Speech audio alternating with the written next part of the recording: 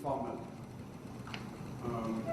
Actually, I request you to come forward and structure this. So we had 3 interesting talks this morning, and there were questions asked, and then I had noted down some questions. I'm sure many of you still have some of those questions fresh in your mind. So I thought we could start with those questions and then slowly go forward.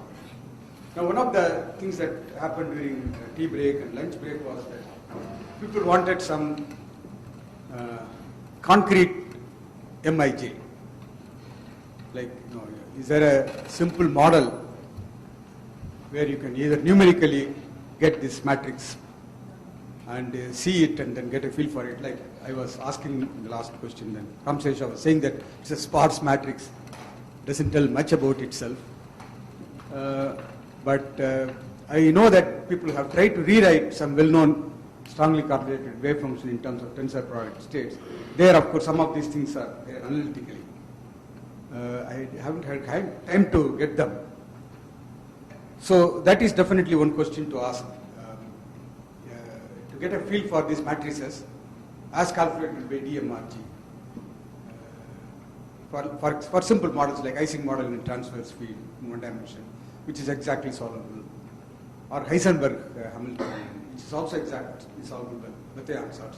Not that user-friendly method. So this is one thing. And then there were specific questions which Jayesh and I raised during Miles' talk, going back and forth with Psi 3, some block in between. And there seemed to be some connection between what Ramsesha said and that. So I thought it's a thing to connect Ramsesha and Jayesh and I. So that at some point what I will do is I will go back and show Miles' presentation and go to that section. And you can raise that question again. And we can see it in the light of what Ramsesha said. So this is roughly what we will structure, we will do today. Tomorrow afternoon, of course, we have better things to do in the seashore, watching the sea and so on, apart from listening to talks. Then the day after tomorrow, we will have a formal discussion between this MERA and ADSF correspondence. We are trying to get some string theory colleagues to come and discuss about it. So Srikinder will be on the other side. So for today, and also I would like to invite suggestions from you and also questions from you. If you have any particular suggestion how to go about doing these things, it will be very nice. So Amit, you had a suggestion to... I was just mentioning that there are transversalizing models which has these key interaction. I'm audible, I'm sure. Don't know. No, it's formality. Okay, the transversalizing model with three-spin interaction. With three-spin interaction. Which makes product ground state. People have calculated the fidelity and other quantities using this matrix product nature of the ground state. But I don't remember the details. I can tell tomorrow. That would be nice. So you can. And second thing, there was some comments on the connection to conformal field theory at the quantum critical point. Yes. There I remember there is a paper by Shubroto of IISc and Frank Coleman and others who looked at the transversalizing quantum critical point and tried to numerically simulate using a matrix product state. And they calculate what error you make, and that error scales with the size of the matrix dimension. These are the 2 points I just wanted to mention. Maybe I can tell you. Theories and calculated various scaling exponents that you need using tensor product representation. So it exists in the literature. I'm not familiar with it. So Nandini, why don't you say what you were telling me this afternoon? But you wanted something concrete, right? Some example would have been. So simply, you were saying that you could do something about matrix product state and then some time evolved. Okay, so what I was just mentioning was that it's usually instructive to write down the code for at least one of these algorithms yourself, and rather than wanting to see something in the matrix elements itself, that helps clarify a lot of things. And I was just suggesting that, for example, imaginary time evolution with the MPS, you can write this code within half an hour and already run and see what happens with the Ising model. And if So like Miles was telling in this website, items. yeah, I'm not familiar with that. So they've probably done this recently, but this can be, it's quite. Wonderful, wonderful. So here is a volunteer, Rajiv Singh, and so can you do it now? Yeah, if the limits work on that, I can do it. Yeah, this has website. But no, limits are password protected there. Oh, so we can ask number.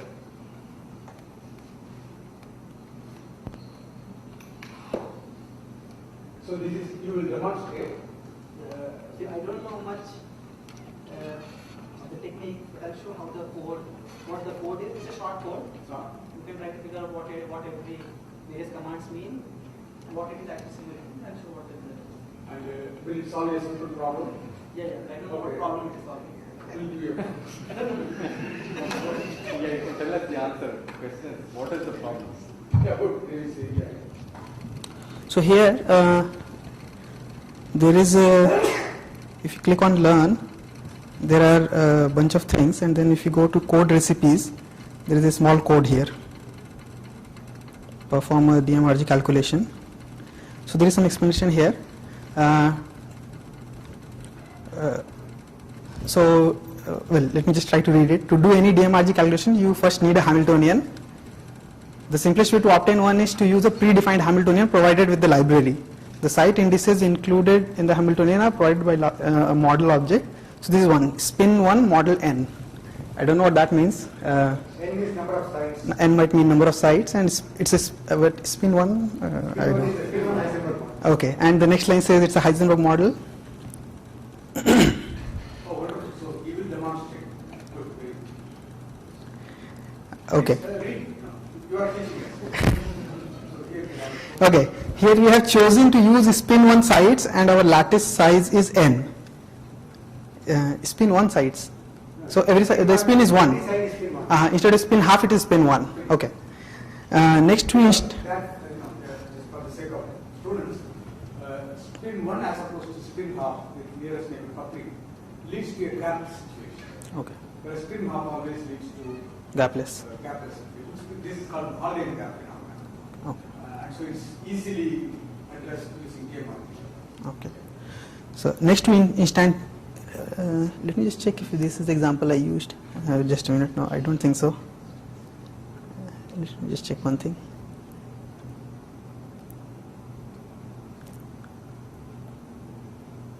Okay, this is the example. So because here the whole code is there, so I didn't have time to go through everything. So I will just run this code. Please go read through whatever you read. The previous one, Yeah. but the code is not there, so I will not be able to show anything. So I will try to do this one. It says measure the properties of an MPS wave function. Here, how to measure some properties of the Heisenberg model wave function by adding to the code from the previous example. Okay, so the one which you are looking just now, I think that code will be extended, so we can actually go through that. Okay, so here we were looking at spin 1 n site model where each site has spin 1, and then this line NPOH is equal to Heisenberg model starts the Heisenberg model. So this is C++ code. Then we say before beginning a calculation, we need to specify how many DMRG sweeps to do and what schedule we would like for the parameters controlling the accuracy. These parameters are stored within a sweep object. So this is the way. So this is the way to define it. Then set number of sweeps is 5. 5 sweeps will be done, and maximum m is 100. So m, the parameter of DMRG, I think, the dimension which we keep, and the cutoff is 10 to minus 5. Sorry. I don't know. I don't know. It might be accuracy or something. I have no idea. I think when some accuracy is 10 to minus 5, it stops recording. Yeah. Okay. The argument sweep expm is the first in the first line tells the sweep object to exponentially increase the maximum number of states kept in each sweep until it reaches a maximum which is 100 here. So it will actually so it will start. I think it will start with some small value of m, and if the cutoff is reached with a lesser value of m, it will take that value, but it can go up to 100. The maximum m which is allowed is 100. Okay. The wave function must use the same sites as the Hamiltonian. So we construct it using the same model. Okay, this is some so this is some technicality. This is the definition of wave function, MPS psi bracket model. So we are declaring the MPS state. By default, an MPS is initialized to a random product state. We could also set psi to some specific initial state in order to accelerate the DMRG convergence time. Okay. Finally, we are ready to call the DMRG, and this is the line which will call the DMRG. Real energy is equal to DMRG. Psi is our trial wave function, which by default will be a random product state.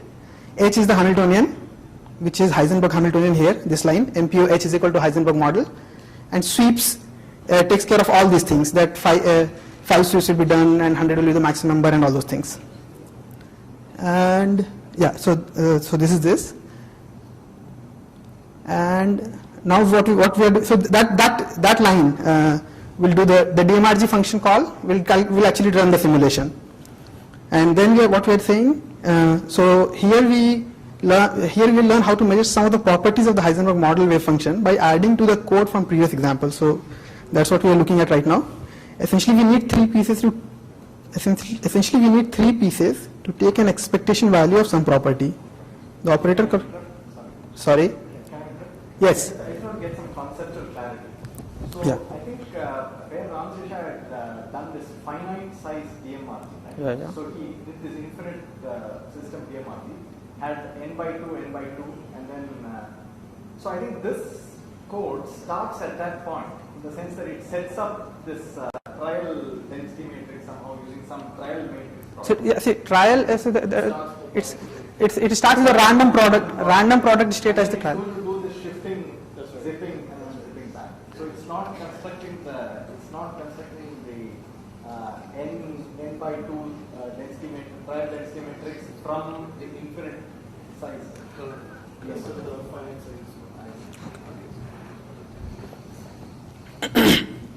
So yeah, so for example, consider trying to measure the z component of spin on some site j of the Heisenberg chain. This operator is a method. This thing. So what we are saying, we just say so in this line we are saying we will measure the sz at site j. Okay. Likewise, there are operators for the site j spin raising s plus and lowering s minus method. Okay, so this line is actually implicitly built in the library. The next line, there is an efficient way to take the inner product of these local operators with MPS wave function. To do this, we must first call the function psi position j. This step is absolutely vital. It tells the MPS wave function to put all the information about the amplitude of the various spin occupations into the site j. Without this step, we would not be okay. So see, right in the morning we saw that we can, if we have to make a measurement at a given site, we can actually contract everything else. That's what this line will actually achieve. It will say that the site j will be measured, so to try to take care of the wave function accordingly.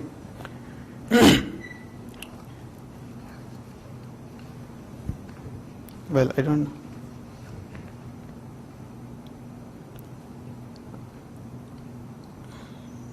Well, after calling psi position j, all the psi dot AA. Yeah, this one has to understand the library more. I don't know what this means.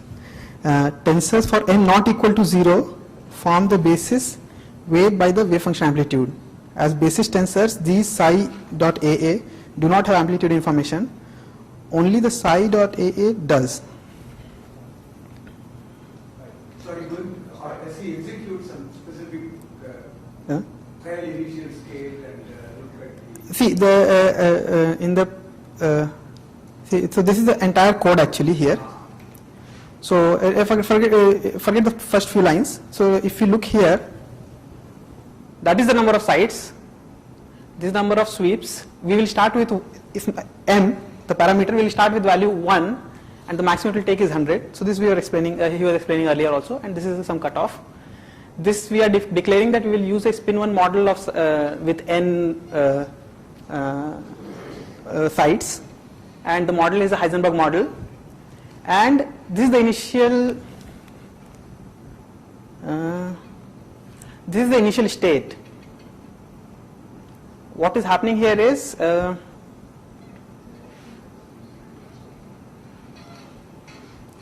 see, I think we are putting okay, so what is happening here is odd sites are set to up and even sites are set to down in this line. I mod 2 is equal to 1. If this statement is true, if this statement will be true for I odd. If this is true, this line will be executed, which will put the ith spin to up. If it is false, which will happen for I even, it will put those spin to down. So we are using a state with up down, that is the initial state. Yeah. Then so that was that. So then we are this line declares the wave function MPS state. So psi model. So model is our end state model, and initial state we have declared like this, the up down state. So that this line will start that. Then there's some output. Then see, this line was present before. So here what we are saying is so we have Question for clarification. yes, Suppose you start with this up down. Yeah. It's a very simple factorizable state. Can it return like a matrix product state I don't know. involving? Is it that's all, just can you put one? I see. Then you enlarge as you So okay, so in this line we set up the sweep parameters where we will start with m equal to 1, maximum value will be what is chi? What that's I see. yeah. And this line will perform the the DMRG calculation, and En most probably will store the ground state energy, which we will print out in the next line. Now next part of the code is actually going to measure the spin. So this line Sj dot Sj plus 1 by means of S plus and S minus. So that basically it is taking SZ, SZ, SJZ plus 1 half of SZ plus S minus. Yeah. So SZ minus SJ plus 3. Yes. And okay. So never mind the next few lines. Now what we are doing here, so this is a way to put a for loop in C, C++, etc. So we will go, J will take value from 1 to n, so we will go on every site, and we will say that, so psi was our wave function, this tensor product state. We will set the position equal to J, so we will make the measurement at the jth position for each value of, for every site. That's what we are going to do here. So what we are saying here, move psi to get ready to measure at position J, this is the line. After calling this returns a local representation of the wave function, which is the proper way to make measurements. So as soon as we call this thing, it will do the contraction on the two sides of the site J, and so next time when we try to calculate something, it will do it very efficiently. If this line is forgotten, then everything will be lost. I mean, nothing can be calculated fast. Okay. So we define so psi dot AA is the, I think this stands for the amplitude at site J maybe, and so we declare that as ket, and we declare its conjugate as bra, and then we declare one observable, which is the zth component of the spin at that site. Sorry, and we take the inner product of this with, see, we declared the zth component of spin at that is our operator, this object, zth component of spin at site J, and we just calculate the expectation value in that state. This object, and we are just printing that out, that thing.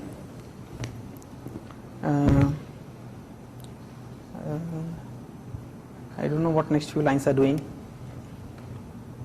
So does he exhibit the matrix? Matrix is not exhibited actually. No, we are not writing matrix at any point. What we are writing is we are actually expectation values of the 2s. So that means we know that for spin 1 Heisenberg antiferromagnet, expectation value of SZ in the ground state is 0. Some kind of similar state. So you start with a specific value of SZ, like up spin or down spin. Then somehow it evolved to 0 value. Okay. Is that what he is writing? Okay, no, so I'll just run the program now. Oh,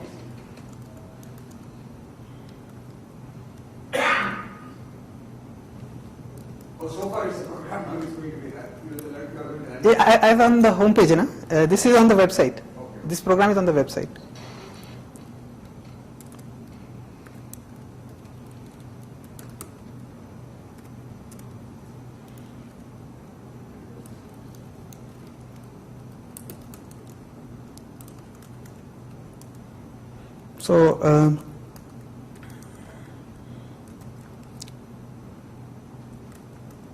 So this is actually the same program.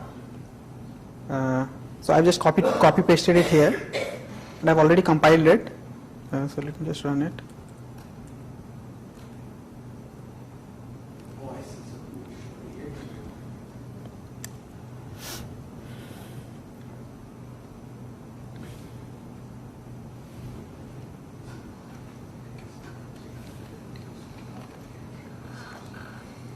Okay, so so initial energy we have printed, then largest m, so m is our parameter, during the sweep 1 was 9, and what happened there, energy truncation error was 10 power minus 6, 18 10 power minus 6, eigenvalues at central bond are these values.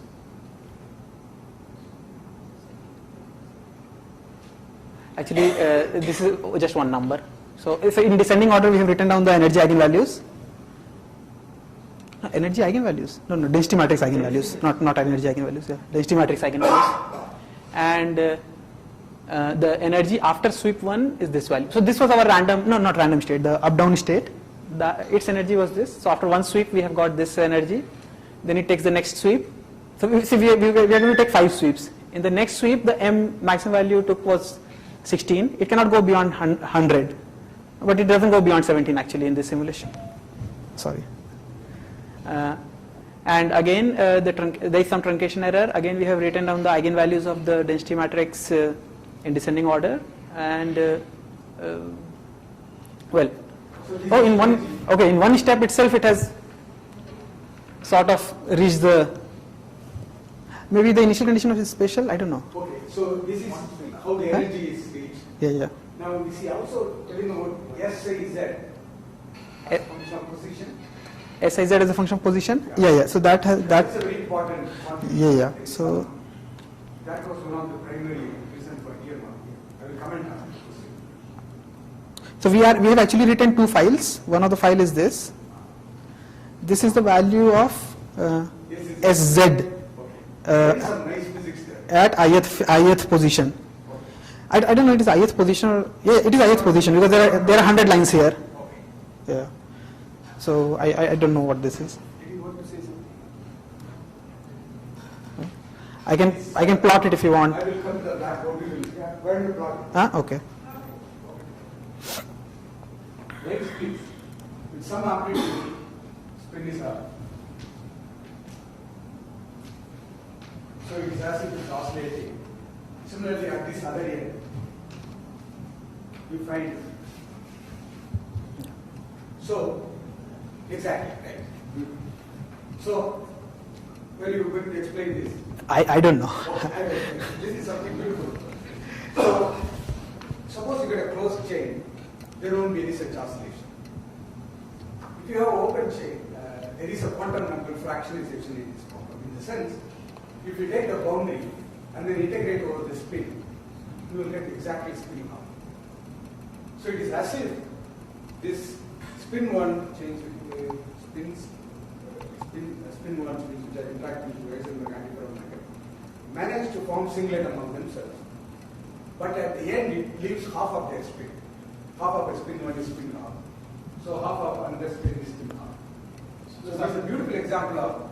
So actually write out the Balance bond. So tomorrow, Vidya-mitra will explain it in an extreme limit called valence bond.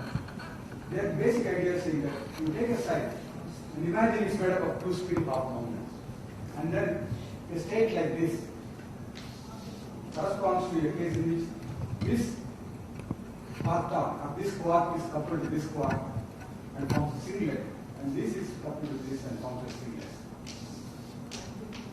So it's all happy, but when you come to the end, you find there is one uncoupling, which will be a spin half moment.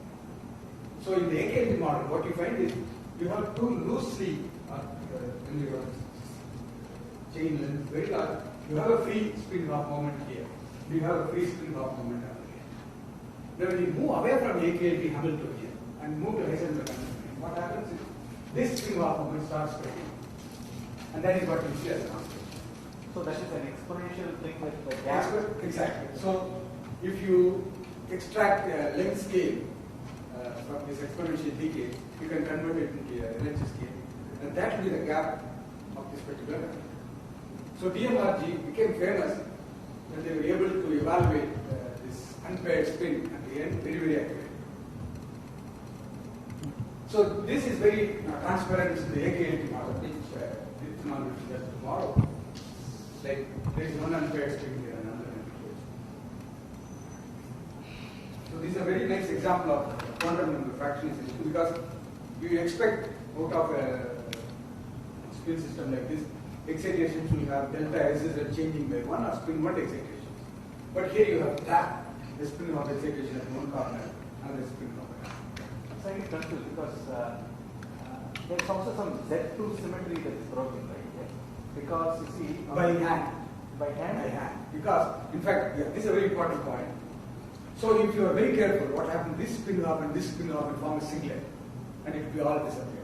So you have to apply a little bit of bias from the beginning, because we chose the basis in which up, down, along these lines. So it's because of this initial choice. If you have chosen it to be in this direction, then it will be slightly different. So if you solve the problem exactly, it will be a total singlet. But then that's one component of a singlet will be one loose spin here, another loose spin, forming a very weak singlet. You can easily excite that, convert them into triplet state. Here we have biased it by the initial condition.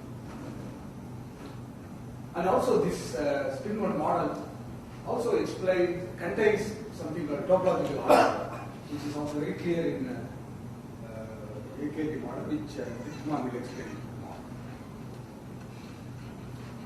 So Proceed, whatever. no, so that's all I think, and I think one more quantity was measured. So let me just check what that was. So in a sense, now you measured it, right? You did the calculation. And Yeah, the simulation which ran just now. So this was the result of that.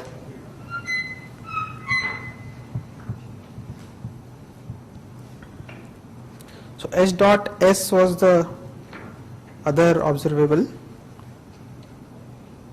Bond energy. Spin of the spin. Start. As for the total. So this is H dot S. So that means. Yeah, I think those. I think there is some font problem. Those boxes means minus sign. Yeah, so this is also, what happens is the spins in the middle of the chain are very happy. They're spin objects are nicely bonded. But when you come to the boundary, there is a frustration.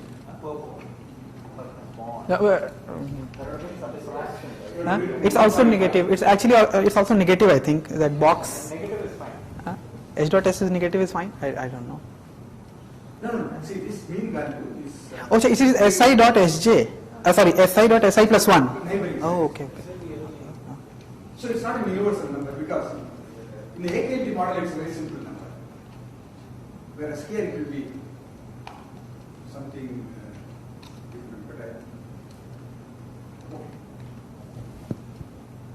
But I see. So it's nice that the energy density also has oscillation in the operation. So this, I think the point of this exercise was that this is a 2-point observable. Mm-hmm. 2 points. SI, so you had to, in the calculation scheme, you had to put 2 red dots and then average over the rest of the things. So the previous one was just a 1-point thing. So that was. So we also, since you have done this, there is this topological order in this. Some operator, I don't know. It exhibits a long range order, which in fact later called topological order in other contexts. So this model is supposed to exhibit very nice. Okay. I don't know whether, probably that can be also measured. Maybe. But it's a very non-local object. Okay. It's not a 2-point function.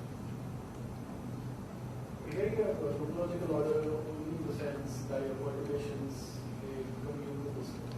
They are commute with. You can't have any perturbations. So in what sense is this? So that's a topological kind of rigidity. So here, okay, let me, can I have the lights?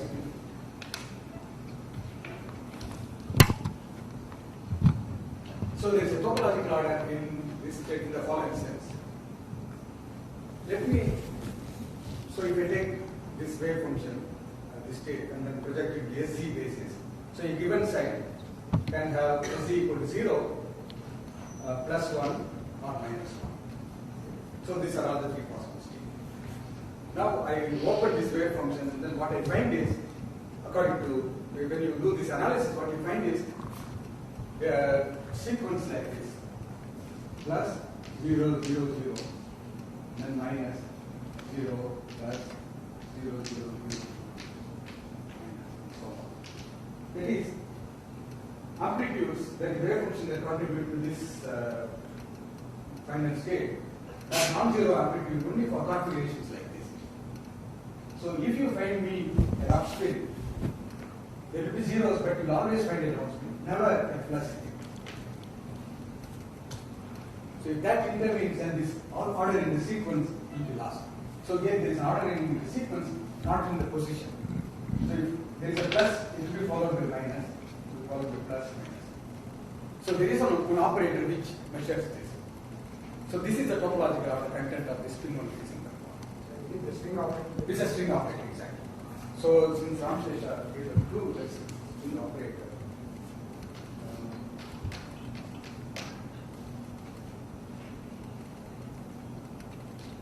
Yeah, I think some operator like this, I running between from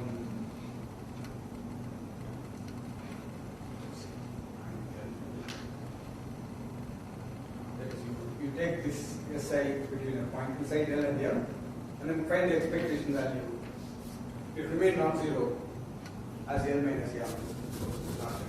Sorry, but the concept of topological order, Yeah. you usually also demand that this quantity would be robust under the perturbation. Correct, exactly. So this is exact. This is can be exactly shown for a KT model, and then add to a KT model extra perturbation which will make exactly like I said.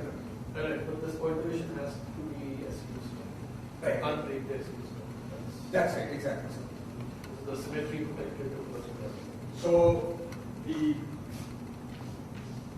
AKT Hamiltonian has some term like this. Whole square. So it has a standard Heisenberg coupling and biquadratic coupling. Right. So for a specific choice of A and B, that's AKT Hamiltonian, for which it's exact. Then you move away from a particular job this, which is what he analyzed. Standard Heisenberg model. Still this topological order survives. But you can't add a perturbation which does not compute this. Correct. You can't add like this magnetic field. But usually, let's say if we talk about the Turing code or something, Mm-hmm. then you can add any local perturbation and then the transition is. So this is also robust under some perturbation. Right, that is all. And these are the perturbations which compute with the commute with the symmetry. Okay. This is the expectation value of SI dot SI plus 1 becomes 1. Yes, yes. Now, if you had a spin half model, then you must have a pilot system, spin pilot system. So it should kind of give you an oscillation, short, long, short, long. Yes, what happens is in spin lock model also there are these boundary spin-ons, Yes, sir. but then they have power locking. It's not sharp like this. This is very sharp. Exactly. So there you will be able to see that. Now, okay, there I think DMRG fails probably because of you need to have a lot of one dimension. Probably things like mere orbital. No. Probably you can do a spin correlation function and then get the structure factor. You'll see the structure factor moving at 5 by 2. But I do not know whether if this method works for spin half. Whatever I have heard is that Because spin one does not have a spin path system. There is only a spin half. correct. But then at the same time it's gapless. So it's hard to. Maybe you can make. Suppose I force a DMRG calculation on spin half. You would always see expansion. There also. So as you increase this parameter, you will see that you get a larger spring, but Still it will be exponential. Okay. First, if you take a square lattice and put spin 2, you get something like this. Yes. So legs, some more legs. So I am preempting what Vidya-mitra will talk tomorrow. See, Jason has question, suppose I have spin 2 or I have a square lattice, can I do similar construction? The answer is yes. In the original AKMP paper also, AKMP is there. So think about spin 2 as made up of 4 spin half objects. Then you can say 4 quarks. So you can hook up a Hamiltonian for which this is an eigenstate.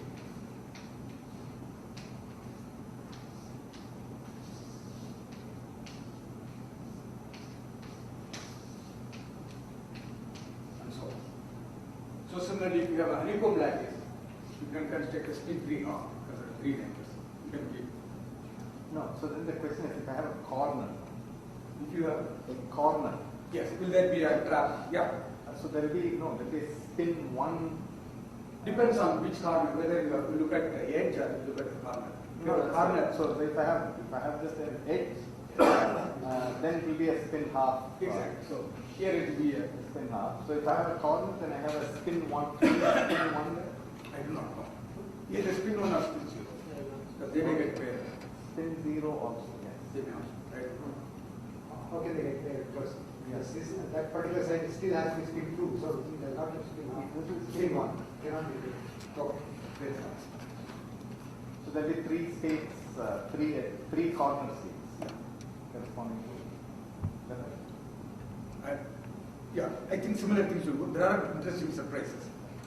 You go to 3 dimension, like with 6 spin 3, you expect it to be a spin liquid. Then you find long range order. Even though you have written a wave function which looks like a singlet, manifestly, but long range order develops and you get antiphase. This is Parameshwar Shank, Parameshwar Shank and Shivaji Sondhi. Sumati, you had a question. Okay, great. So, please go ahead. You are. So, I think that's very nice. Thank you very much. It illustrates that items that can be used by us. Now I feel confident that you go look at the website.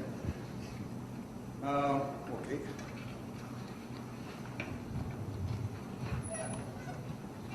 I think interesting if we can solve another model which is not, which will give some new insight in the next 2 days and surprise Miles.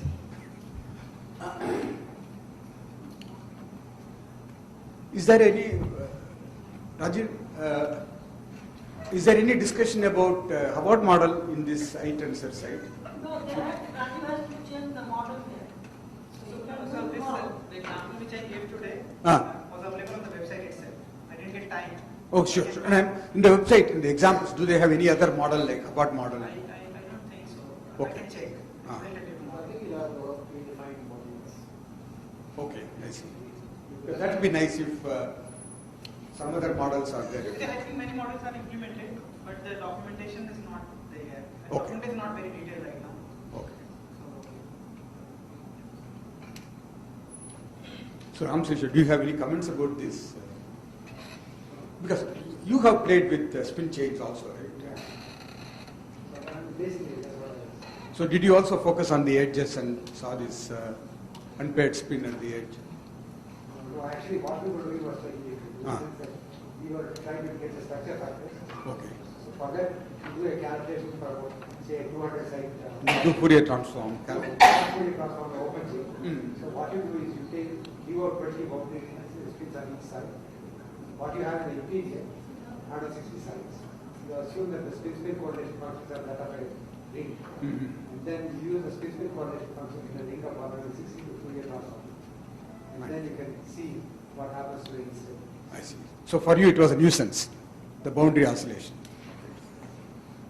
I mean, spin half. Yeah. Let's see. So the another thing I was thinking was to go to Miles' lecture and clarify that point. Shall we do that? Do you have energy?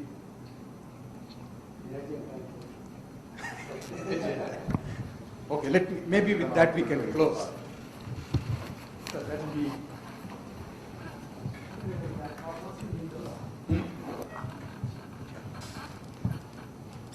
That's all.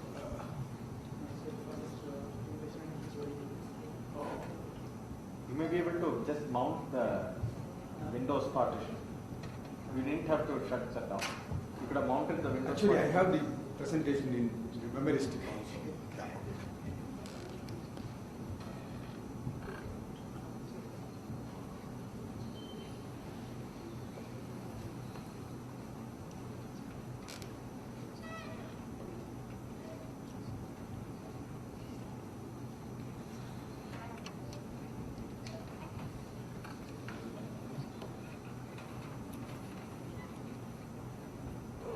So there was a comment made by Professor Balachandran about some connection to lattice gauge theory.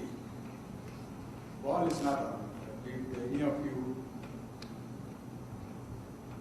appreciate that point? I don't know. I got a sense that he was worried about some gauge symmetry. Right. But then he also alluded at the beginning, it looks like lattice gauge theory. That part, I Okay. so no, I'm trying to connect to that. Mhm. So see the states S1, S2, S3, Sn, Mm. right? You can do gauge transformations on those guys. So for example, I can multiply each of the S1s by something, Mm. right? If that is a trivial thing to do is to multiply them by some phase. So then these wave functions will change. Mm. But if those fellows have internal, if S1 is n-dimensional, I can actually multiply this by SUN Matrices. centered around the ith side. Mhm. So there is some, so I think he was worried about that. And one other comment which said that this is actually written in a particular basis, in the sense that you fix the gauge of those, the internal gauge has been fixed.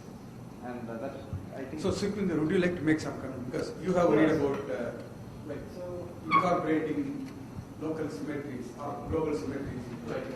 So Yeah. so there are two things here. So one is The rate what would be not?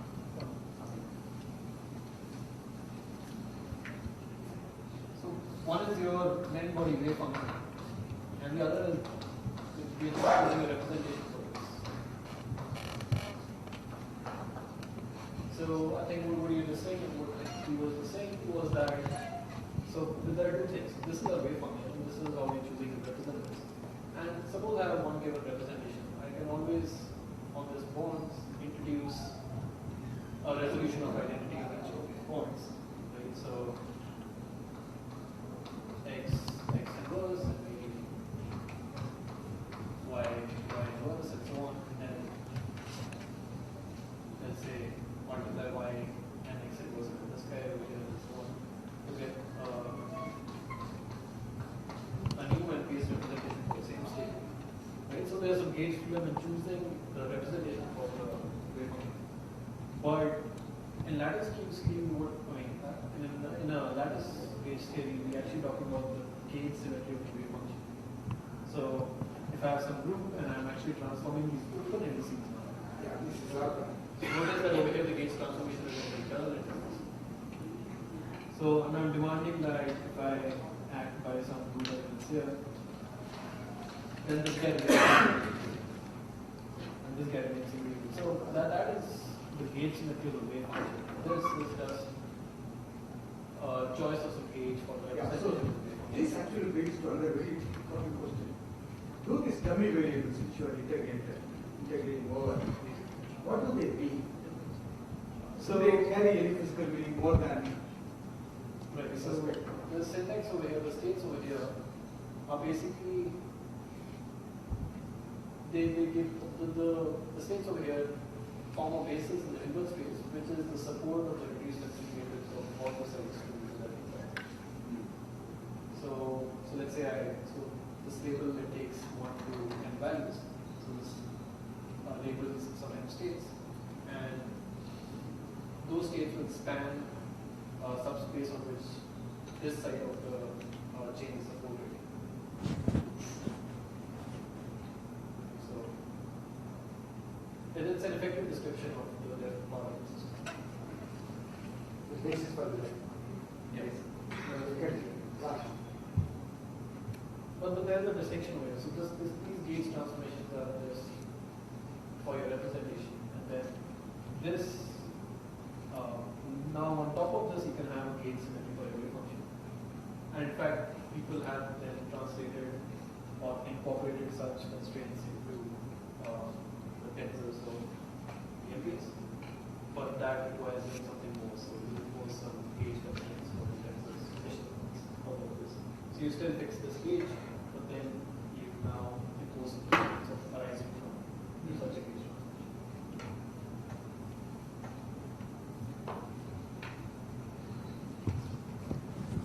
So maybe we will close with.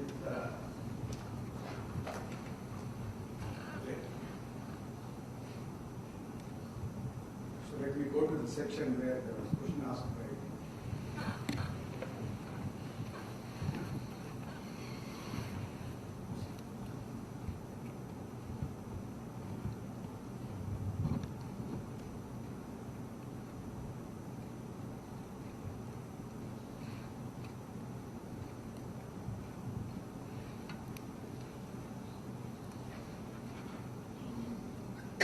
Remember where it was? I think you need to keep going down.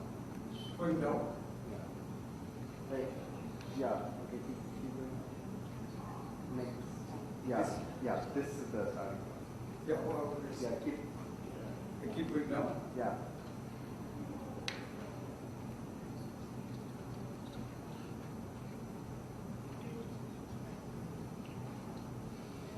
Right.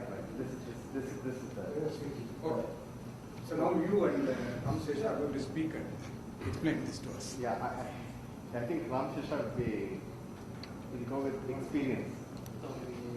No, all the three of you. So, yeah, I lost my, somewhere I came here, somewhere.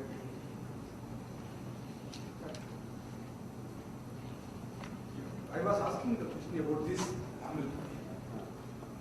So, might give some answer. I didn't understand. Maybe, can you explain what is this Hamilton? So since I'm new to this, I can try so that I learn from the mistakes I make.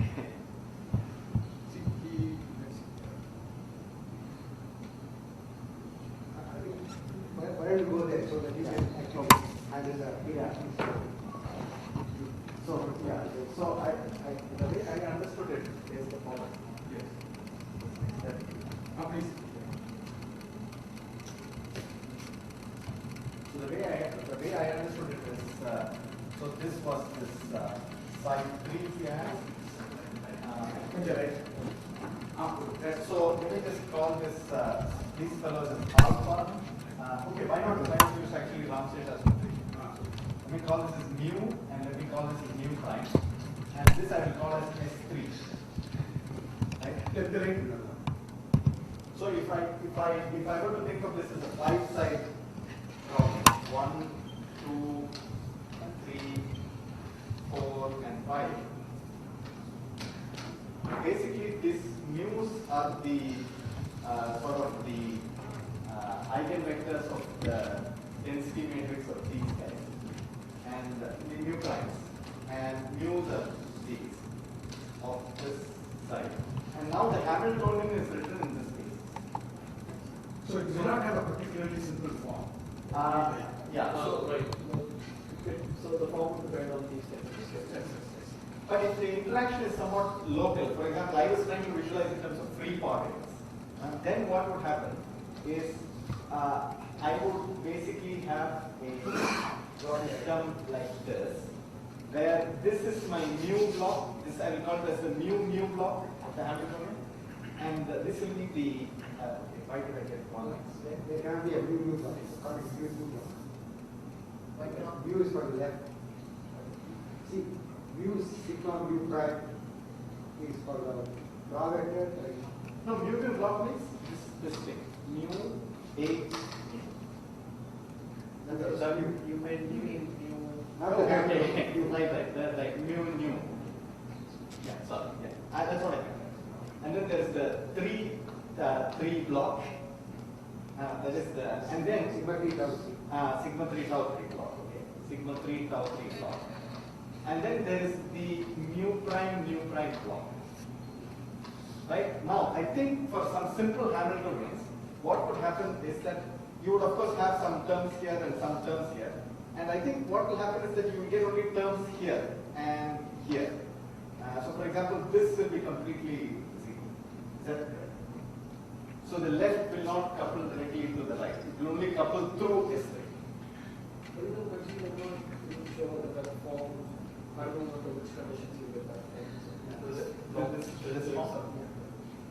It will be all coupled. Depending upon the number of particles on the left and the right side, if you are looking at a covered Hamiltonian. Let's just look at Heisenberg Hamiltonian. Okay, Heisenberg Hamiltonian also different MS values you have for MS of mu, MS of mu prime, and then MS3.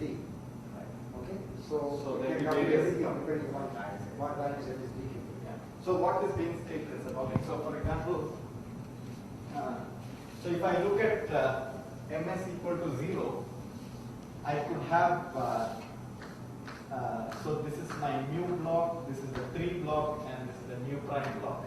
So I could have, say, up, down, up, or I could have, this is for ms equal to half. I could have up, down, up, or I could have down, up, up. All these various guys will couple together, and then the matrix will be full, is what you're saying. Matrix may not be full, but Yeah, it should be be random. You cannot have some nice structure the way I'm thinking. Then what is special about this base is your solution. Leave some signature. Okay. So now my understanding. So here is where I think we can help this out. So my understanding is that suppose you start with some set of matrices like this. This is the initial product state. And then the way to improve it is by this sweep Shifting side 3 to side 4, Yeah. and then the rest of it you will be side 4. And then keep doing this. I see. That's the sweeping. That's the sweeping vector. So in a sense that Sweeping statement. If you go to the sweeping, you will see that. yeah. So let me. What was it about this one? We are going to answer the Okay. Yeah. This is a sweeping text. Operationally, how does one do it? It's by precisely by what I would think precisely as demonstration. So what you do is you say imagine that You keep changing the size of the left and the right one. Left block augmented, right block attenuated. so let me say I have 2 n sides.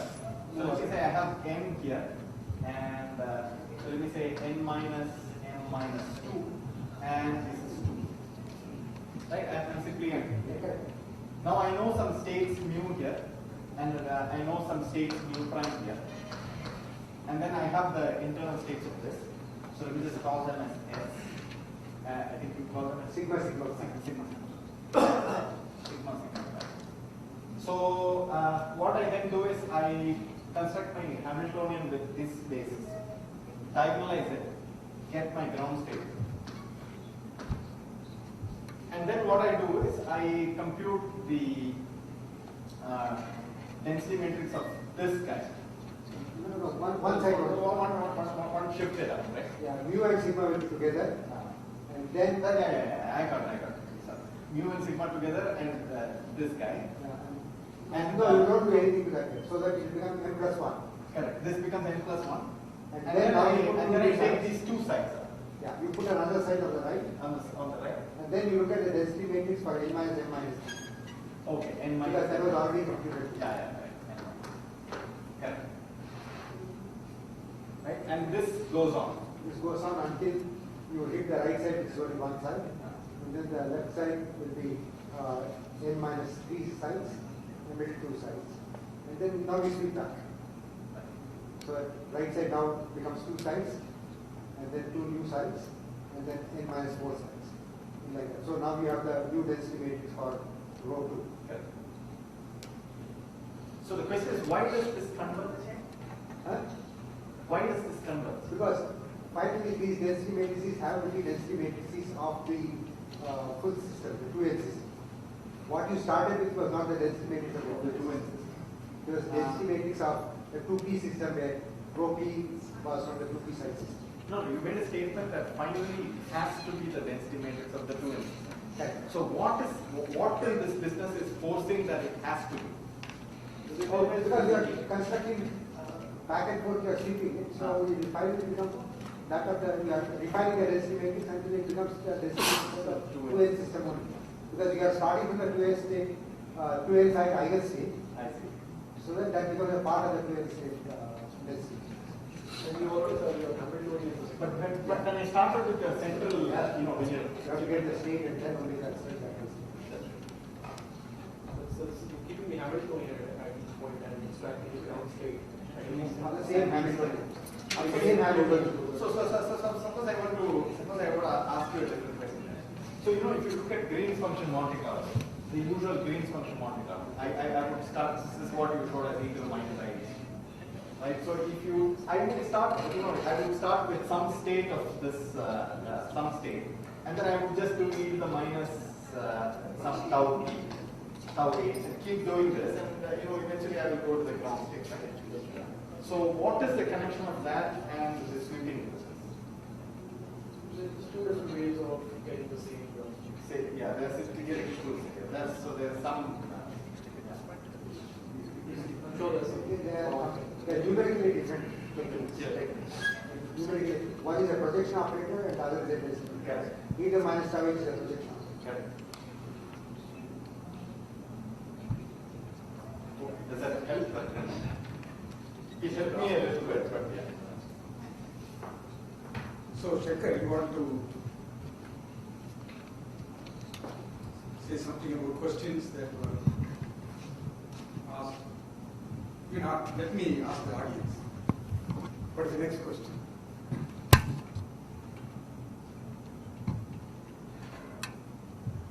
The question is, it's 5 o'clock. So we had a long day. What kind of models can be? Typically, where can we use?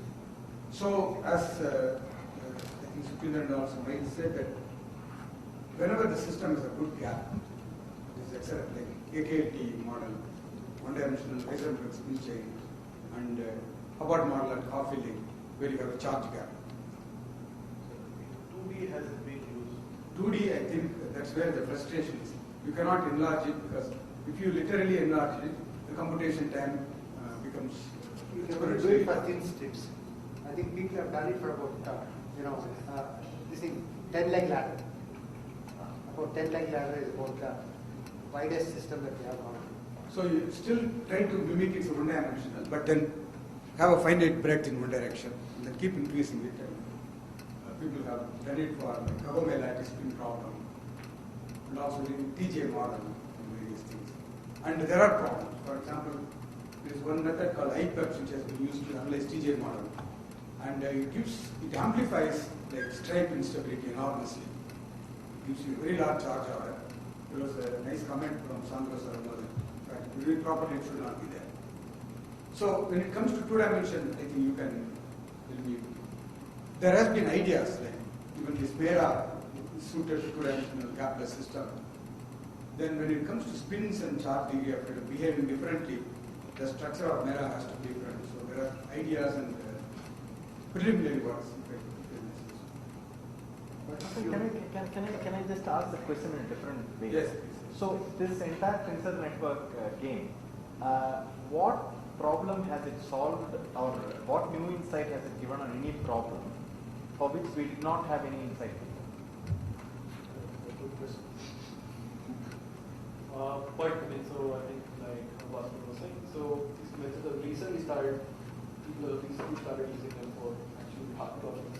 So before this we were just using some confidence building. The DMRG have been used for the last I think the way I have understood is tensor networks allows you to go to higher dimensions conceptually in a framework which is very similar to the Right. It's a generalization of it. So basically that's the point. That is, So you like can you have- mentioned if you have the anti-ferromagnetic on a Kagome. So you will have a mu left, mu right, mu top, mu bottom, and then a spin sticking out, and then now you trace over the left, right, top, and bottom. Then you will get the matrix product state corresponding to the two-dimensional network. And similarly, you can do the three-dimensional network. So the point is that conceptually it is easy to extend it to higher dimensions. But what have we learned new? That's what he is asking. Because I was saying that there's this. So actually, I think what have we learned new is not the right question to ask, because then there's nothing for us to do. Where is it possible? Where is it? I mean, what directions are possible? Possible, right? To get to this? Because if it's already a done problem, then you know why. So to me, now to answer this question, this ADS-CFT correspondent always was mysterious to me, continues to be mysterious. Now, can you please expand ADS? Okay. Anti-de Sitter space and conformal field theory correspondence. Apparently, if you look at a three-dimensional quantum field theory, gapless, if you look closely, you see a one extra-dimensional gravity world. So a D plus one dimension, and you're using things are simpler in that world, and you can compute strong coupling quantities. This is what people say. But when this involves a lot of mathematics and a lot of geometry, I never understood it. But when I read this Mera answers, in some detail, it was very beautiful that you could see there is a renormalization scale and this scale structure. So that was definitely new, which was not there in any variation of wave functions that I am familiar with. So that and I've seen people keep talking about central charge. correct. Okay, and then velocity or something like that. So they try to extract from the DMRG wave functions up in the models. Right. These quantities. Right. They are apparently Very conforming to the. So this is in 1 plus 1 dimension. Yeah. You want to Right, I take mean, you can compute a lot of formal data using either MPS or But what I don't know is I don't have conformal field theory. Neither do I. But we have experts in math science. The next 2 days we can. So on that point, is there a known problem for which there's some new insight has come out of this? So the example I was again giving was the Kitaev model on this. I wouldn't say that new insight. I mean, this is just beginning to people to start using this to look seriously at these hard problems. But for example, for the Kitaev model, we can go up to 108 sites.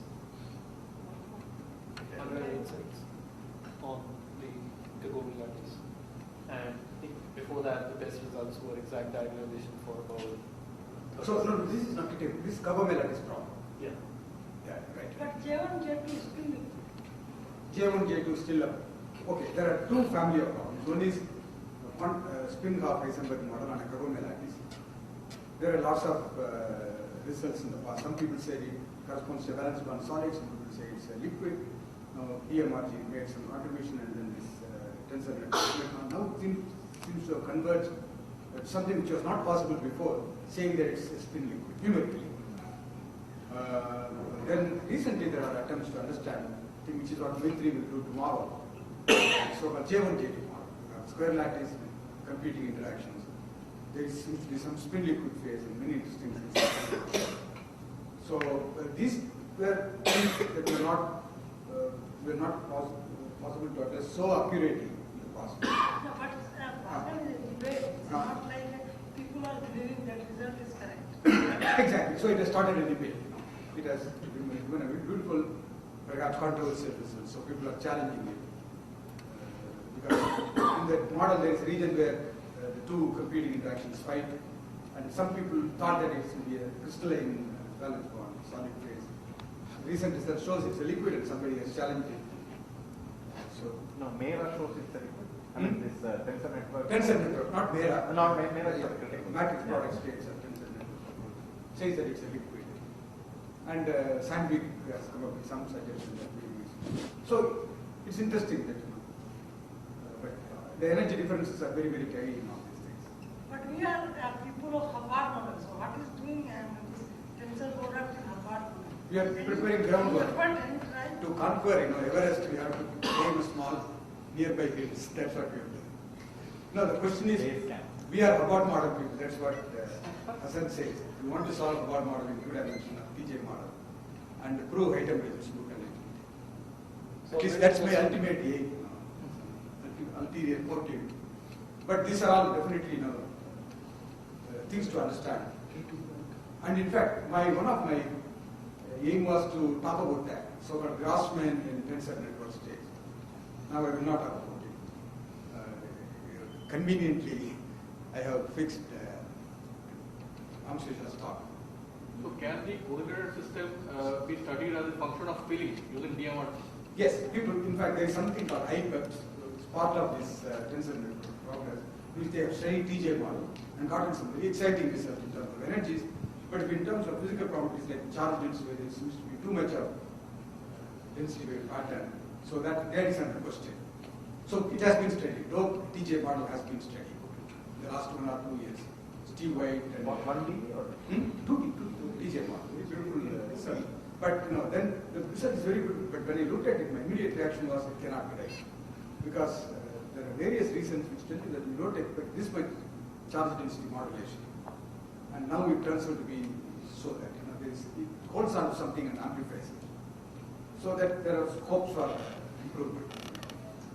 Shankar, you want to say? So in 2D, even if the numerical calculations are difficult, is it possible to write down, say, treat it as radiation wave function? And some answers. And try to write down correlated wave functions with fractional charges. And what I have in mind is analogy of Laplace wave function. Because those wave functions, even if you don't know plasma analogy and don't know how to calculate, you can nevertheless sort of motivate them. Fractional charges and very phase calculation and fractions. So has there been any attempt in those directions? So unfortunately, when it comes to away from half-filling in a 2D TJ model, the best wave functions are RBB wave functions with pulsar projection characterized by 5H. Now what do you mean by best? I don't care about energy actually. I'm only worried about the topology. Best so far it has been in terms of the desired result it gives, namely it gives superconductivity. But I have And also energy is good. Yes, but my question is not towards superconductivity at all. Yes. My question is more spin liquid. So you're talking about doped Hubbard model or? No, I'm not. Spin models in 2D. Oh, sorry, I'm sorry. I thought you were talking about. So you are not talking about doping. No. So spin model. Yes. Okay. So there has been attempt to understand triangular lattice. Unfortunately, it orders, so there is no spin liquid. So that is where this J1, J2 model and so-called What I'm lattice. saying is, energetics is difficult because you have to do the calculation. So you are asking whether there are model wave functions, variational wave functions. And showing topological order in them by this time. In fact, the whole class of work by Ben, what is called projective quantum PG something. Yeah. So he does RVB mean field theory and takes those So answers. are those tensor network representations? Yes. In fact, they are called Grassmann tensor. They are very nice developers. So you take those and analyze for this projective symmetry, and then that gives you what kind of topological order you will get after Kurzula projection. No, the spin model, where is it? Spin model, spin model. So no Kurzula projection. No, you start with the spin model, do RVB mean field theory, where things are freely moving. And then get those mean field waveforms, spin liquid waveform, and then do Kurzula projection. So where does tensor network come in? So this can be rewritten in using Grassmann variables like a tensor network. That's called Grassmann tensor networks. These are very recent developments. And, I think our next conference should be on fermionic tensor networks. So there are very exciting things going on.